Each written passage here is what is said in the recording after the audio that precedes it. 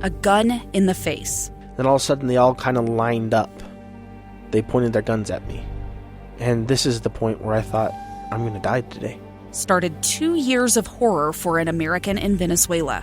They said, you need to give us your phone and get ready because you're coming with us.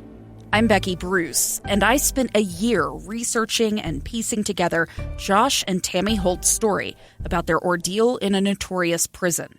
That's when everything started to turn bad. We had another pound on the door. Boom, boom, boom. And there was the police once again. You can binge all of the episodes of Hope in Darkness on kslpodcasts.com or wherever you get your podcasts.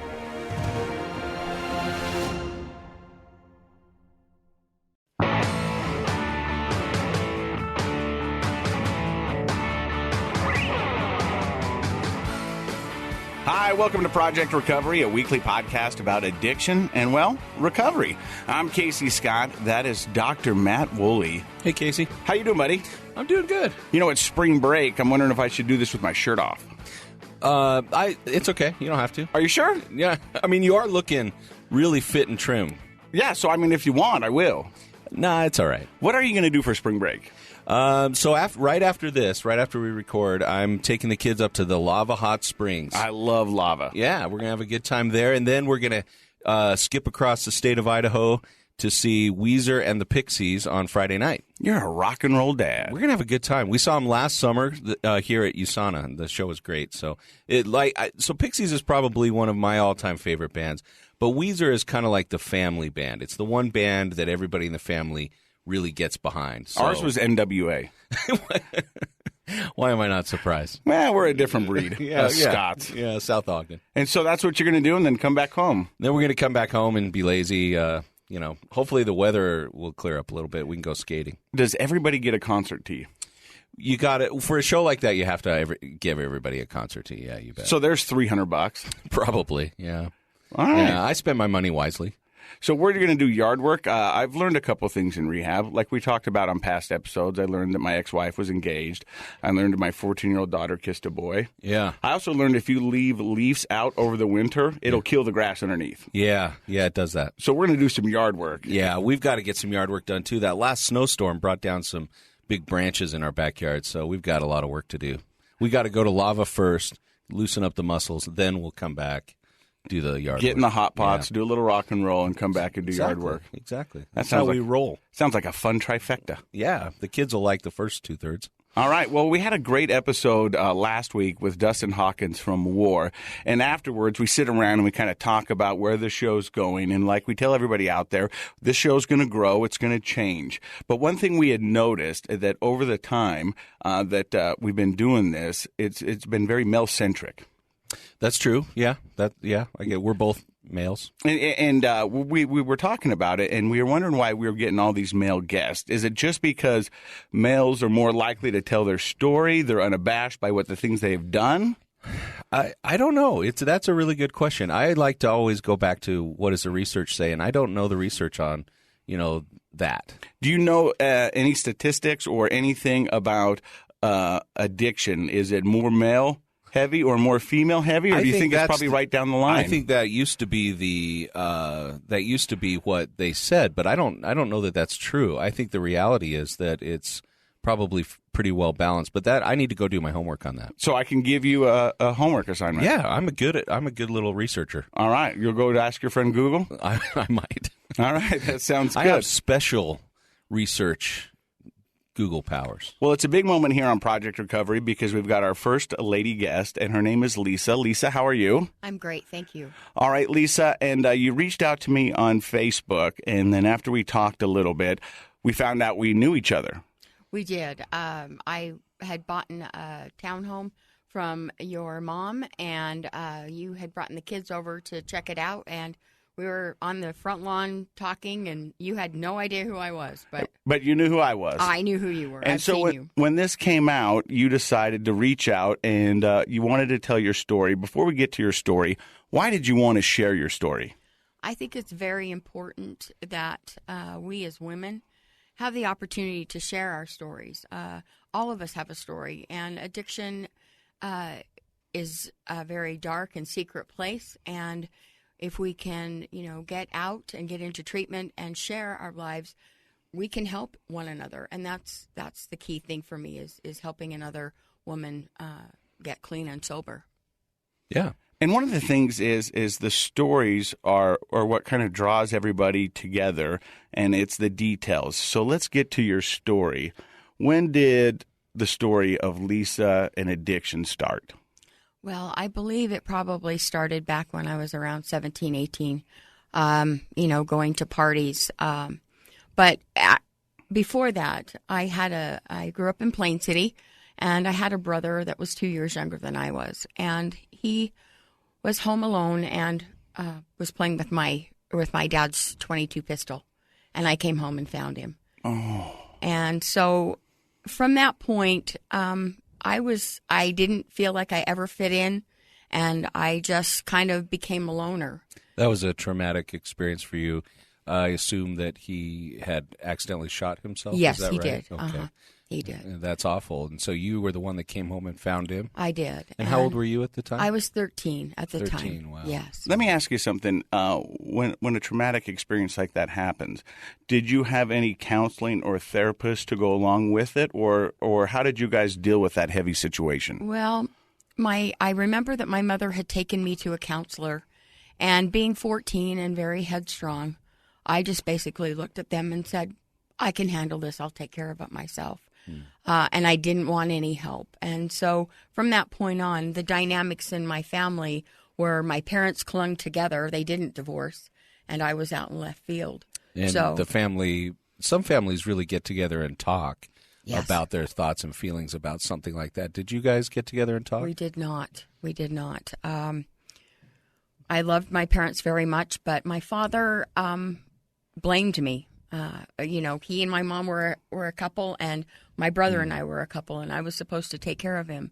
And he was your only sibling. Mm-hmm. And because you were the older sister, your father kind of saw you as maybe being responsible for his behavior? Sure. Wow. What was that like for you as a kid? I just took it on. That was my duty. I was the dutiful daughter, and you did what your parents were told. My parents were good people. They didn't drink and use, but my father was a workaholic, and it was his way or no way. And so we were three individuals living separate lives in that house from that point on. Wow. Until I moved out. So you were 14, a tragic accident like this happens. You notice a changing in the house, and from there, where do you go? I just basically stayed together. I stayed in school. I graduated from high school, seminary, that kind of thing. And then by the time I was 19, I decided it was time to move out. So I moved out on my own for a couple of years. And but the dynamic still was kind of crazy with us. But that lasted throughout your adolescence? Actually, that lasted until they passed away when I was 45. Okay, so that never really. No, your family it didn't. Didn't recover. We never did heal. So they passed away when you were 45. Yes. I know you're not supposed to ask a lady her age, but if you don't mind, just so a reference for our listeners out there, how young are you? I just turned 58 in January. Happy birthday! Thank you very much. So you moved out, you were there for a couple of years, and throughout that time you were drinking a little bit? I was going to parties. I was attending Weber State University. And Did you start drinking? In college. In college, okay. In college. So not when you were at home, not in high school? No. I found the fraternity brothers, sorority sisters, and football players. And so that was my onset of my alcoholic career. And I started working, and I would work during the week and party on the weekends, because that's what we did. And eventually, as I progressed and got older, I left a great paying job to become a bartender. And, it just started progressing and getting... Why did you leave? Why did you want to do that? Leave a great paying job to be a bartender? I haven't really ever thought about it. Just, I was making killer money in the 80s. Yeah. But I wanted to be around where the action The was. fun. So that's what I thought maybe Yeah, you would it's say. fun. Yeah. Yeah, it was you were choosing a fun party lifestyle Yeah. over maybe a more kind of Responsible. traditional, responsible course. Exactly. Huh? Okay. So, and then from there, I went out one evening in November of 1989 and picked up my first husband. Very nice guy. Were you dragging the Vard? No, I picked him up in a bar. Okay. Yeah, I think a girl was talking to him, and I elbowed her out of the way. And so we started a relationship and got married 30 days after we met. Wow. So you got to know him. Oh, yeah, exactly. We had a shotgun wedding. 30 days. That's like were you guys celebrities? That's like a celebrity wedding. I wanted to live with him, but my mother didn't want me living in sin, so they decided we think you should get married. Let's get married. Yeah. So, and I didn't realize he was an alcoholic. Mm-hmm. I picked him up in a bar. What do you expect you're going to find? From there, he was in construction, so we moved to Las Vegas.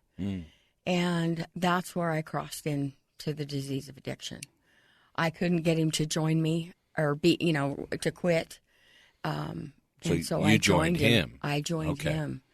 And from there, I drank and blacked out every night for 7 years. Whoa. We moved back to Utah. I started getting my first of 4 DUIs. 4. 91, 93, 96, and 98. How are you not in prison? I don't know that. I don't know why. I served a total of 56 days. My last DUI, I was driving on to Hill Air Force Base. The MP reached in and turned the car off. And I blew a 3.5.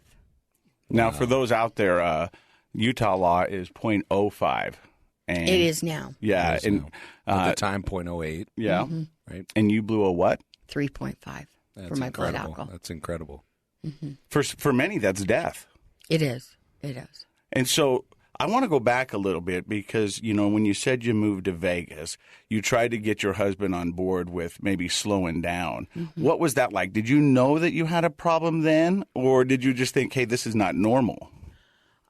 It was ever so slight that,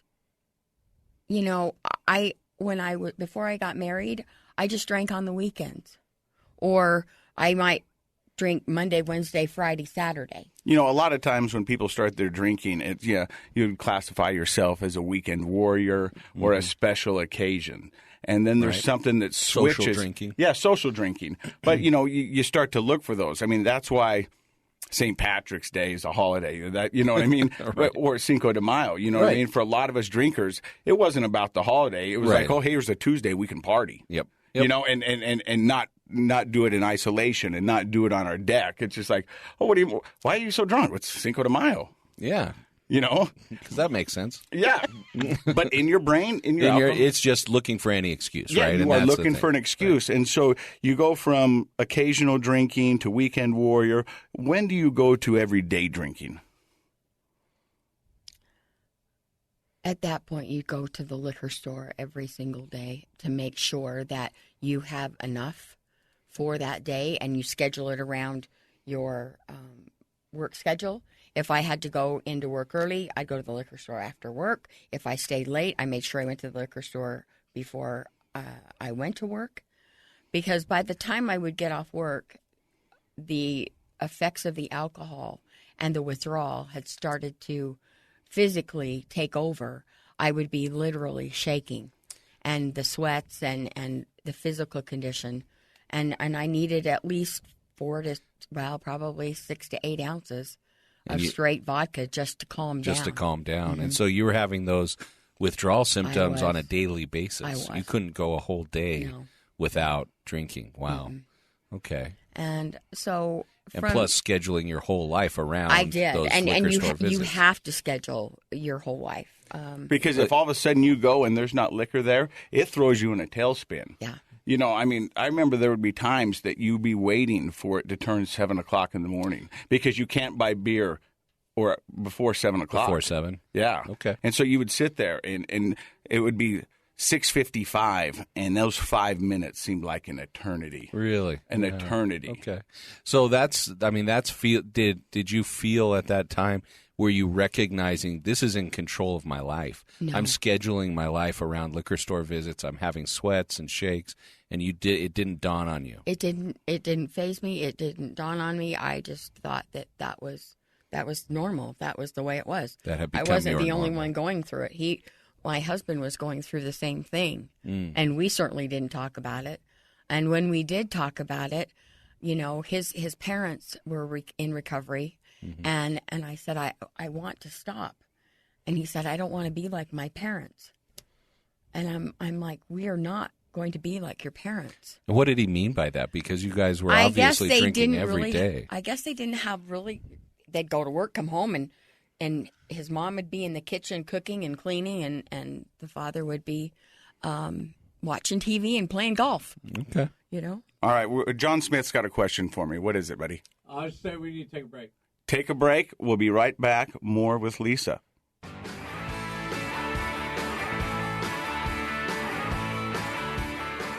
So Lisa's our guest. She's 58 years young. We're talking about her alcoholic years. Is that fair to say? Yes. Uh-huh. And you've had 4 DUIs, 56 days in jail. How long do you think you lived the alcoholic lifestyle? Probably. That lifestyle I lived for 20 years.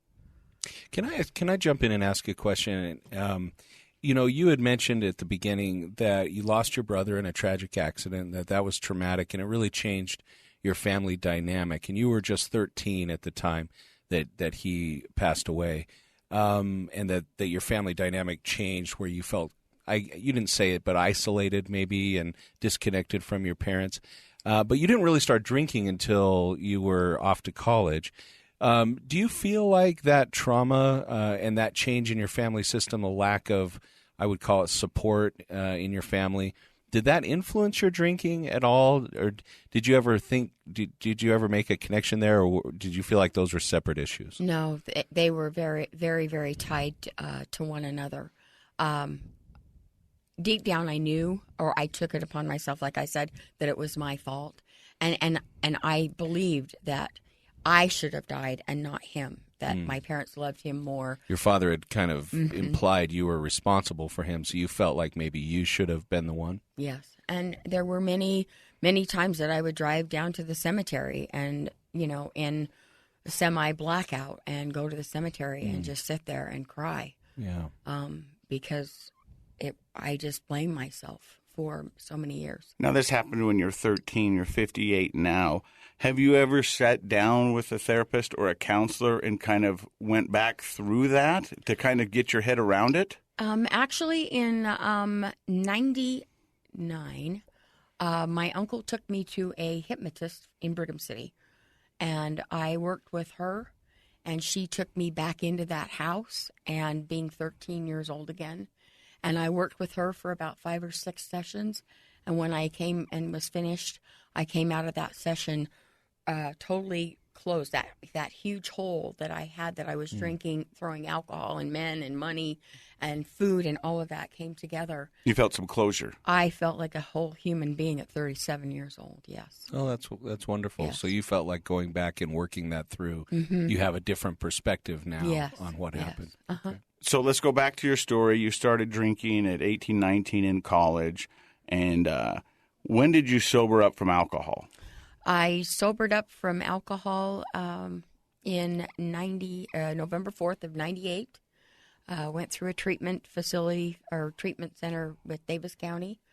And actually the judge court-ordered me to do a year of outpatient treatment. Was that on the heels of one of the DUIs? Yes. Actually, it was the federal judge. Because you were on the base. I was on the base, yes. And so he, gave me the $750 fine, 5 days in jail, and that year of outpatient treatment. And that truly saved my life. So tell me a little bit about the outpatient treatment. And I did an inpatient treatment, which was 45 days. It's kind of like an intensive program. An outpatient is kind of designed to let you still live your life but work on your problems, right? Yes. Yes. So at the time I wasn't working. I was just doing odd jobs and working temporary services. And then I would go to class every day for, I believe it was 4 or 5 hours. And, I had a counselor that I worked with and, started working on my problems, with the alcohol, plus my relationships with my parents.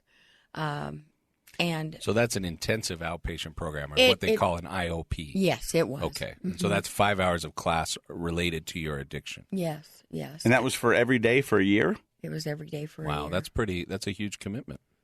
I was ready. I certainly was ready. And so from there, I was able to... Well, because I think a lot of people out there want to know kind of a little bit. This was, 98 you said? Yes. And what was it 12-step? What kind of stuff did they do to work with you? Yes, it was 12 steps. Not as far as out of the book, but it was through Davis County Drug and Alcohol. So there was that clinical aspect, but it wasn't necessarily recovery. It was the clinical treatment. And, so there were steps that they would, the cognitive stuff. It's not exactly the AA program. No. But you're going through 12 steps to help you recover. Yes. And then when you say the cognitive stuff for the listeners, cognitive therapy is a way of helping a person retrain patterns of thinking. And so over those years, you would have developed, like you said, patterns of thinking that have everything to do with maintaining your addiction. The way you plan your whole day out, how you think about what you can do each day. I need alcohol in order to do this and that and the other. And so they were helping you retrain those patterns of thinking. Is that what you're saying? Yes. Okay. Yes. All right. So this would be a great story in itself if this is where the story ended. But it didn't end. So you graduate after a year. And then what goes on? Well, I got very active in AA. I had sponsees. I had a sponsor. I was on the board of directors for treatment facility Valley Camp as a secretary. I was also on the board of directors for sobriety houses. Which a lot of people do when they get out of recovery is it's important to give back. And that's kind of twofold. One, because you want to give someone the chance that somebody gave you. And the other, it also helps you maintain your sobriety because you're working closely with a lot of people and you've kind of got the good juju going. Yes, very much. Stayed sober from 98 until the 2nd of May of 2002. You know the date. I know the date.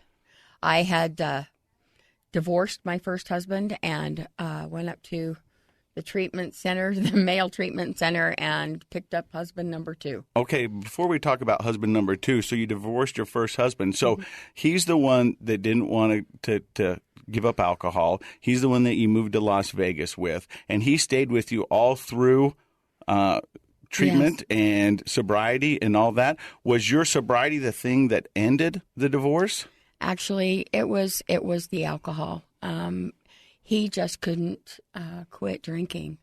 And, we also had a daughter, and that goes into other areas and aspects as well. And I knew I needed to hit a bottom.